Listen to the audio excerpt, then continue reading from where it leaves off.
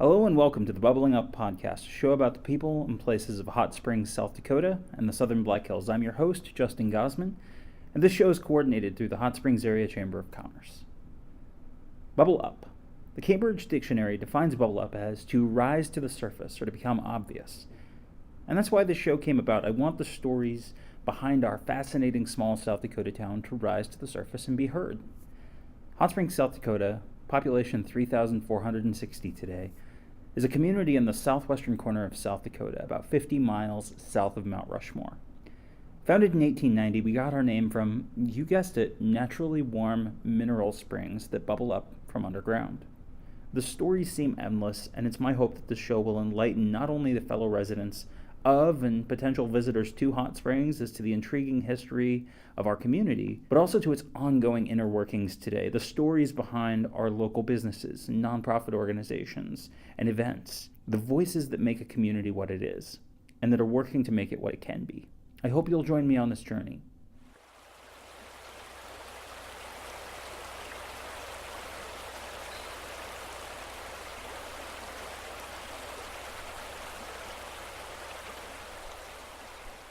So I'm sitting down with Pat DeSmet, one of our nominees for Citizen of the Year for 2019.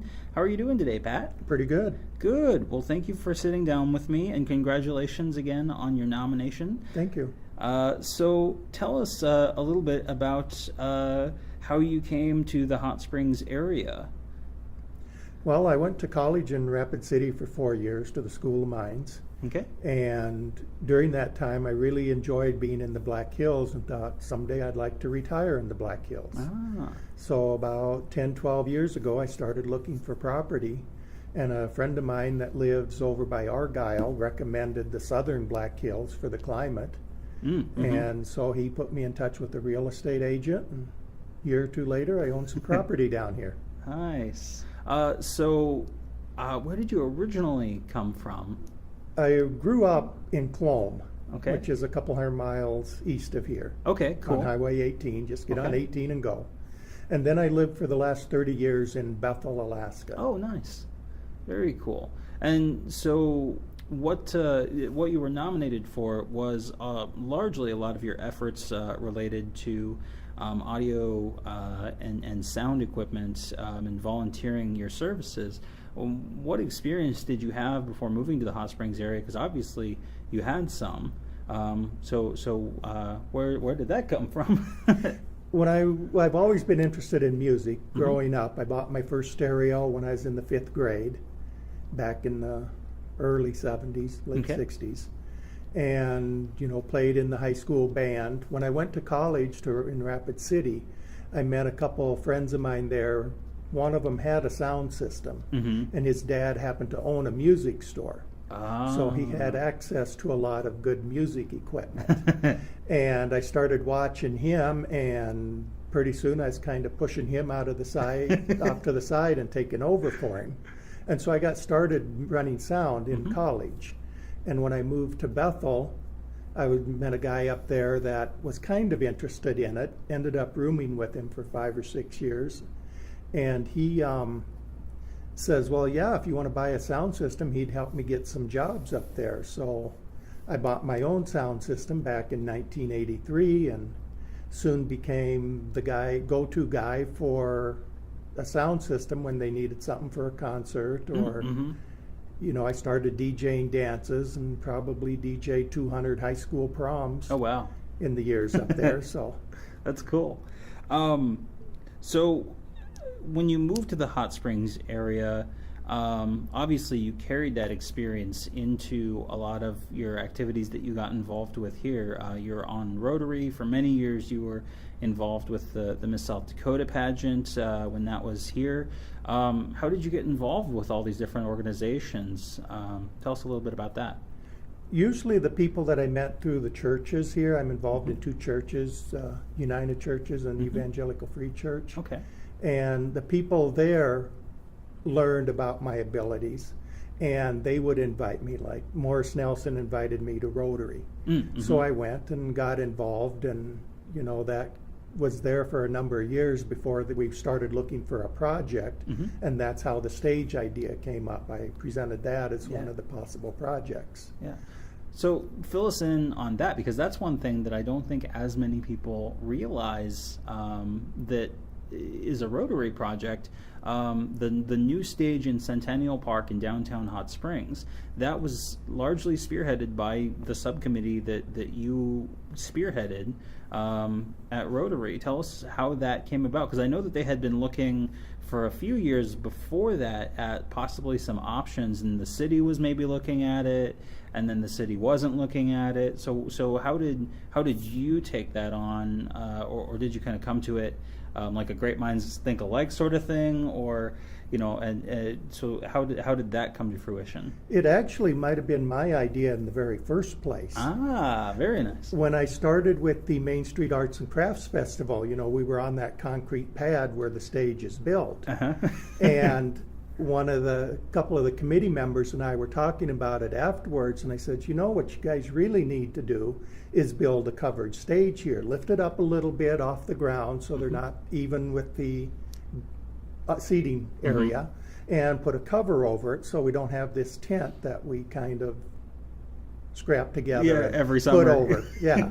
So, I planted the seed 4 or 5 years ago, after the first year I was involved with the Main Street Arts and Crafts. And a couple of those people took and started talking to other people about it, and apparently talked to Nolan at the city and got him on board. So then he came up with the plans for that one that they put out to bid the one time. Right. And when that fell through, I just kind of kept at it and said, we don't really need as big a stage as he designed if we could get by with a smaller one and much simpler. Yeah. And so when Rotary was looking for projects, I wrote that one up and presented it to Rotary, and convinced enough people there that we chose that project over the other ones that were submitted. Yeah, that's great, and it's been helpful not only for the Main Street Arts and Crafts Festival, but I know the farmers market has used it. Wasn't it used for the Full Moon Dance Party this past year, I think? I wasn't at that dance party. It was used for Dusty and John Pence's big party in the park. They had Jalen Crossland sing from there. Okay. And it worked great for that. And at the time, the electricity wasn't totally done. We've since gone in and finished the electricity on that. Nice. Well, and that was the other part of it, too, was not only reworking the electrical, but also the installations of the new speakers in Centennial Park. Yes, we replaced those old horns that were on the power poles in the parking lot with some speakers. The old horns were very directional and put most of the sound across the street right in front of the buildings. And these new ones, after we put them in and turned them on, they fill the entire parking lot and park very well. You don't necessarily hear them so much across the street. If we crank them up to their maximum and there's not a lot of traffic, you will hear them, but there is a limit to how loud they can go because of the type of speaker that they are. Okay, cool. You'll start hearing distortion if you get too loud. Right. So I wanted to jump back. I know that you had talked a little bit about how you came to be fascinated with audio technology and music technology. One of the other projects that you've been working on is basically Pat's Place, which is where you do your house concerts, which is at your house. Right. How did that come about? Because you do that at your home, and this is a thing that's been growing across the country for many years now. But you've brought it to Hot Springs, and how has that come about? And has the reception been good? Has it been what you've expected or exceeded it? What do you think? I originally heard about the idea when I still lived up in Bethel, Alaska, and thought about doing it up there, but Bethel is 400 miles off the road system, and it's hard to get traveling artists out there. It's basically a $400 plane ticket from Anchorage, if you can get them to Anchorage. So it really wasn't a viable thing there. I did movie nights at my house instead. But when I got down to Hot Springs and had my house built, I built it, kind of designed it and built it with the idea of hosting house concerts there. Nice. And as we were building it, I went in and actually wired it Mm-hmm. for a sound system. So I have microphone jacks in the living room, something That is most so cool. normal people Yeah. don't. And I have speaker jacks so I could have it all wired up. Yeah.